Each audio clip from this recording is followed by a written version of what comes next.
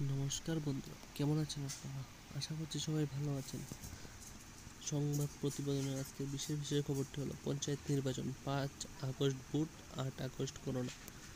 আসন্ন ত্রিস্তরীয় পঞ্চায়েত নির্বাচনের দিন তারিখ স্থির করেছে রাজ্য নির্বাচন কমিশন। রাজ্য সরকারের কাছে কমিশনের তরফে প্রস্তাব পাঠানো হয়েছিল। সেই প্রস্তাবের প্রেক্ষিতে সরকার সম্ভাব্য 3 তারিখে সিলমোহর দিয়েছে। মহাকরণ সূত্রের দাবি, আসন্ন ত্রিস্তর পঞ্চায়েত নির্বাচন অনুষ্ঠিত হবে আগস্ট মাসে। 5 আগস্ট ভোট গ্রহণ অনুষ্ঠিত হবে এবং 8 আগস্ট ত্রিস্তরীয় পঞ্চায়েতের ভোট গণনা। নির্বাচনের প্রক্রিয়া শেষ হবে 12 আগস্ট।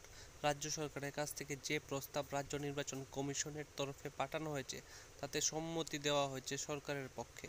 রাজ্য নির্বাচন কমিশন সম্ভাব্য 5 আগস্টকে ধরেই সমস্ত কাজ দ্রুত গতিতে শেষ করার সিদ্ধান্ত নিয়েছে।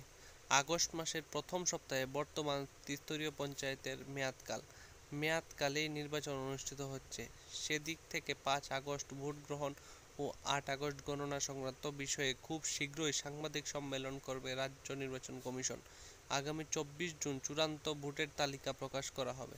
তারপরে নির্বাচন সংক্রান্ত কয়েকটি কাজ রয়েছে কমিশনের। রাজ্য স্তরীয় সর্বদলীয় বৈঠক থেকে শুরু করে সবকিছু শেষ করা হবে খুব শীঘ্রই। যতটুকু খবর, জুলাইয়ের প্রথম দিকে আসন্ন ত্রিস্তরীয় পঞ্চায়েতের দিন তারিখ ঘোষণা করা হবে। প্রসঙ্গত, আসন্ন ত্রিস্তরীয় পঞ্চায়েত নির্বাচনের মোট আসন 6,910টি।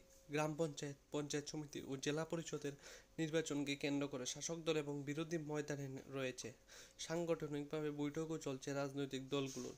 তার মধ্যে 606টি গ্রাম পঞ্চায়েতের আসন সংখ্যা 6,371, 35টি পঞ্চায়েত সমিতি আসন সংখ্যা 423 এবং 8টি জেলা পরিষদের আসন সংখ্যা 116।